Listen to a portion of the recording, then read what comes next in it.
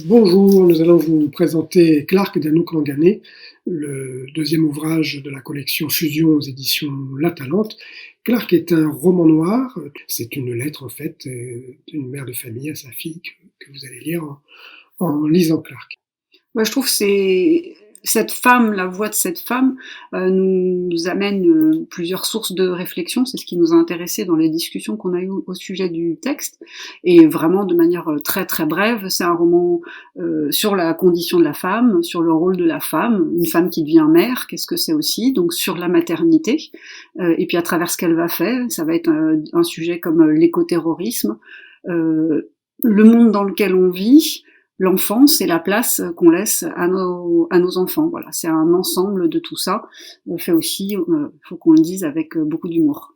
Il va y avoir une tension tout au long du roman, il va y avoir une tension, le lecteur, la lectrice va se demander mais jusqu'où cette mère de famille va-t-elle aller? Parce que cette mère de famille a un projet un petit peu fou, c'est celui de sauver le monde et de faire de son fils un super-héros. Et les super-héros, ça n'existe pas. Donc, Anouk Langanet, pourquoi avoir choisi cette forme, puisque Clark est écrit comme une lettre d'une mère à sa fille? D'où vient ce style? Alors, l'idée, au départ, j'étais obligée de raconter cette histoire à la première personne, parce que ce qui m'intéressait, c'était en effet de rentrer dans la logique de cette femme. C'était d'explorer une forme de folie, puisque je pense qu'on peut dire qu'elle est quand même pas très nette. Il fallait que je rentre dans sa logique à elle, et moi-même, que je vois jusqu'où elle pourrait aller. Je savais, bien sûr, je savais que le roman serait noir, ça, c'était prévu. Jusqu'où exactement est-ce que sa logique allait l'emmener? Je ne le savais pas complètement, j'avais envie de garder cette logique-là. Pourquoi la lettre ensuite?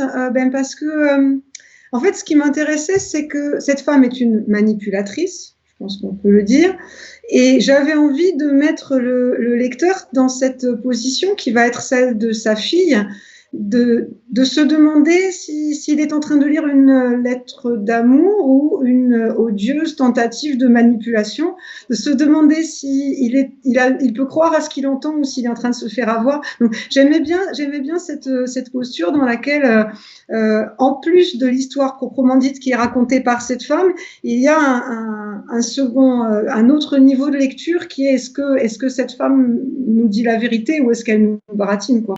Quand tu l'as écrit, est-ce que tu avais en tête un lecteur ou une lectrice type quand tu l'écrivais? Est-ce que tu pensais à ça? Pas vraiment. En fait, dans le temps de l'écriture, je me suis prêtée à une espèce de petit exercice de schizophrénie volontaire, c'est-à-dire que j'ai essayé d'être à la fois la mère et la fille. C'est-à-dire que j'étais la mère quand j'écrivais, et puis j'étais la fille quand je relisais. Et je jonglais un peu avec ces deux casquettes en me disant, est-ce que tu as réussi à me convaincre? Quand j'écrivais, je me disais, je vais tout essayer pour me convaincre. Et quand je me lisais, je me disais, est-ce que ça marche? Est-ce que je crois à ce que j'entends là? Est-ce que ça va marcher? Et donc voilà. C'est ensuite, si je dois réfléchir maintenant à qui ce livre s'adresse, à qui j'aurais envie de le donner. J'ai très très peur du moment où ma propre fille va le lire. Ça, je vous cache pas que déjà ma mère, ça a été chaud, mais ma fille, j'appréhende un peu quand même. J'ai pas un lecteur type en tête. J'ai l'espoir que cette chose de moi que je balance, aille résonner un peu ailleurs, quoi. Il y a une tension permanente dans cette lettre, on le disait en introduction. Cette femme qui écrit, il n'y est pas pour rien dans cette tension. Tu nous as donné quelques éléments d'ailleurs sur sa psychologie. Est-ce que pour toi cette psychologie justement vient, comme on l'évoquait, du roman noir, de la littérature de genre? Comment tu vois ça? Le parti pris de départ, c'était de pousser jusqu'à l'obsession des choses qui étaient qui me hantaient, des questionnements, enfin de vraies questions, de vrais sujets de réflexion. Donc en effet, une mère de famille qui veut élever ses enfants, qui veut ce qu'il y a de mieux pour eux, qui veut en faire des gens bien. Et puis j'étais dans cette réflexion sur l'éducation, sur ce qu'on veut, sur ce qu'on veut pas pour nos enfants. Et puis je me suis dit, et si je poussais ça et si je poussais ça jusqu'à un extrême, et si je faisais de cette chose très positive en soi, le désir qu'une mère peut avoir de faire de ses enfants des gens bien, et si je le poussais jusqu'au moment où ça devient une forme de névrose, ou peut-être même de psychose,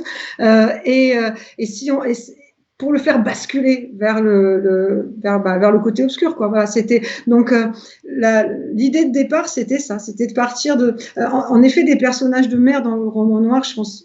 Il y en a, mais quand il y a des mères dans le roman noir, souvent ce sont de mauvaises mères au sens classique du terme. Ce sont des mères qui délaissent leurs enfants, qui s'en occupent mal, ou alors ce sont des mères sadiques qui castratrices. Voilà, ce genre de mère existe dans le roman noir. Mais je me demandais si une trop bonne mère, ça pouvait être un personnage de roman noir aussi.